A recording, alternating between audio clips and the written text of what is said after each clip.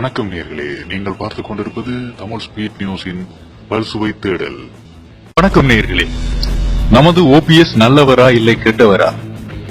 இந்த அரசியலிலே நடக்கும் உண்மையான நிலவரங்கள் என்ன? இது சம்பந்தமான ஒரு பதிவாகத்தான் இந்த பதிவு வரவிருக்கின்றது.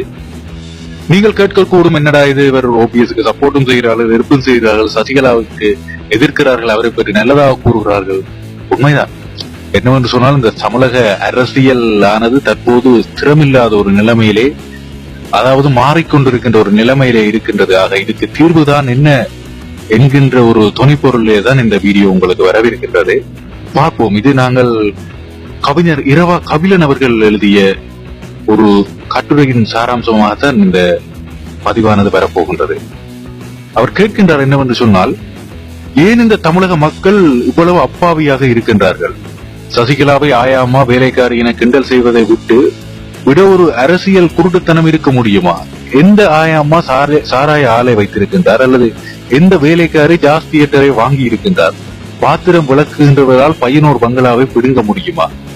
அல்லது இப்போது கங்கை அமரன் தனது பையனூர் பங்களாவை சசிகலா தான் பிடுங்கினார் என்று பேட்டி கொடுக்கிறாரே, பையனூர் பங்களா பிடுங்கப்பட்ட போது ஜெயதானே முதல்வராக இருந்தார்.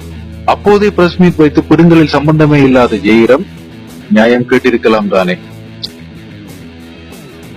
மேலும் தமிழ் ஸ்பீட் நியூஸ் கூட இந்த பதிவு மேற்கொண்டிருந்தது. அதாவது பாலாஜி வெலஸ் அவரை ஏமாற்றி அவரை தற்கொலை செய்ய தூண்டி ஜெயலலிதா புடுங்கிய அந்த சொத்துக்கள் சம்பந்தமாக அதை கூட அவர் கூறியிருக்கிறார். அதாவது என்னவென்று சொல்லி கேட்டார், இந்த பாலாஜி வெலஸில் இருந்து ஜாஸ் தியேட்டர் வரை ஜெயலலிதா மற்றும் சசிகலா இருவரும் பார்ட்னர்ஸாக சேர்ந்துதான் அந்த கிரைம்களை செய்திருக்கின்றார்கள். இதில் ஜே எங்கே முதலாளியானார் அல்லது சசிகலா எங்கே வேலைக்காரியானார்? கொஞ்சமாவது லாஜிக் இருக்க வேண்டாமா? ஆக இவர்கள் இருவரும் கூட்டுக்களவாணிகள் தான். மன்னிக்க வேண்டும், சில தொண்டர்களுக்கு இது பிடிக்காமல் போகலாம் கூட. இருந்தாலும் கூட ஜெயலலிதா அவர்களின் பிற்கால ஆட்சி ஒரு பொற்கால ஆட்சியாக இருந்தாலும் கூட, அவர் 90களிலே அவருடைய ஆட்சியானது கரை படிந்த வரலாறு கூட இருந்தது. அது அனைவரும் ஏற்றுக்கொள்ள வேண்டிய ஒன்று. அடுத்து, உண்மையிலே இந்த இரு முதலாளிகளுக்கும் வேலைக்காரர்களாக இருந்து பதவிக்காக டயர்களை நக்கி, அதாவது டயர் வரை கூளை கும்பிடு போட்டு காலாலிட்ட பணியை தலையால் செய்து முடித்த ஓபிஎஸ் போன்றவர்கள் தான் செத்து இத்தனை நாட்கள் ஆகிய பின்னர் அவர்களுக்கு நியாயம் வருகிறது, அதாவது ஞானம் வருகிறது.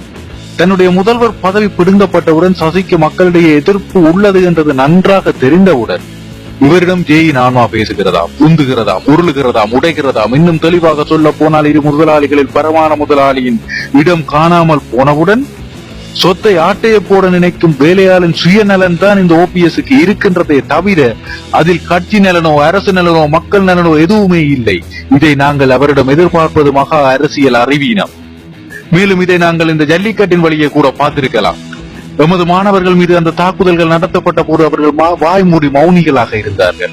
இன்று இந்த அரசியல் நாடகத்தை எங்களுக்கு முன் அரங்கேற்றிக் கொண்டிருக்கின்றார்கள். நாங்களும் மாற்று வழி இல்லாமல் தான் அவருக்கு சப்போர்ட் செய்து கொண்டிருக்கின்றோம். ஏனென்று சொல்லி கேட்டால், உண்மையிலேயே ஓபிஎஸ் வந்தால் அதிமுக கட்சி ஆட்சி தப்பும். ஆனால் சசிகலா வந்தால் தமிழகமே தலைகீழாகும். இன்னும் 4.5 வருடங்கள் அவர்கள் இந்த நாட்டை சூறையாடி விடுவார்கள். ஆக இதிலிருந்து நாங்கள் சொல்ல வருவது என்னவென்று சொன்னால், இந்த பாரம்பரிய அரசியலில் ஊறி திளைத்த ஊழல்களில் ருசி கண்ட இந்த கட்சிகள் அனைத்தையும் கலைத்துவிட்டு இளைஞர் சமுதாயம் மீளெழுச்சி கொண்டு இங்கே வர வேண்டும். நாம் எதிர்பார்க்க வேண்டியதும் கேட்க வேண்டியதும் குரல் எழுப்ப வேண்டியதும் சசிகலா ஓபிஎஸ்ஆ என்பதற்காக அல்ல. மாவை இட்லியாக சுட்டால் என்ன, தோசையாக சுட்டால் என்ன? நாம் கேட்க வேண்டியதும் குரல் எழுப்ப வேண்டியதும் பொது தேர்தல் ஒன்று மட்டும்தான். திவாலை நோக்கி சென்று கொண்டிருக்கும் தமிழக அரசையும் தமிழ்நாட்டின் மானத்தையும் அது மட்டுமே காப்பாற்றும்.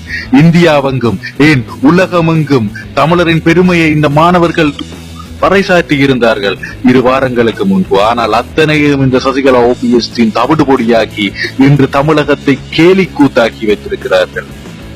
இதுவே நிதர்சனமான உண்மை. ஆக மக்களே, இந்த செய்தியை அனைவரிடமும் கொண்டு சேருங்கள். இந்த பாரம்பரிய அரசியல் நமக்கு இனிமேல் தேவையில்லை. புரட்சி வெடிக்க வேண்டும்.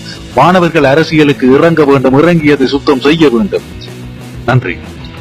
மேலும் இது போன்ற செய்திகளை உடனுக்குடன் பெற்றுக்கொள்ள தமிழ் ஸ்பீட் நியூஸ் செய்தி சேனலை சப்ஸ்கிரைப் செய்யுங்கள். நன்றி. இருங்க போறதுக்கு முன்னாடி இத மாதிரி வீடியோஸ் ரெகுலரா பார்க்கணும்னா சப்ஸ்கிரைப் பண்ணுங்க. அது கீழே இருக்கிற சப்ஸ்கிரைப் பட்டனை கிளிக் பண்ணுங்க.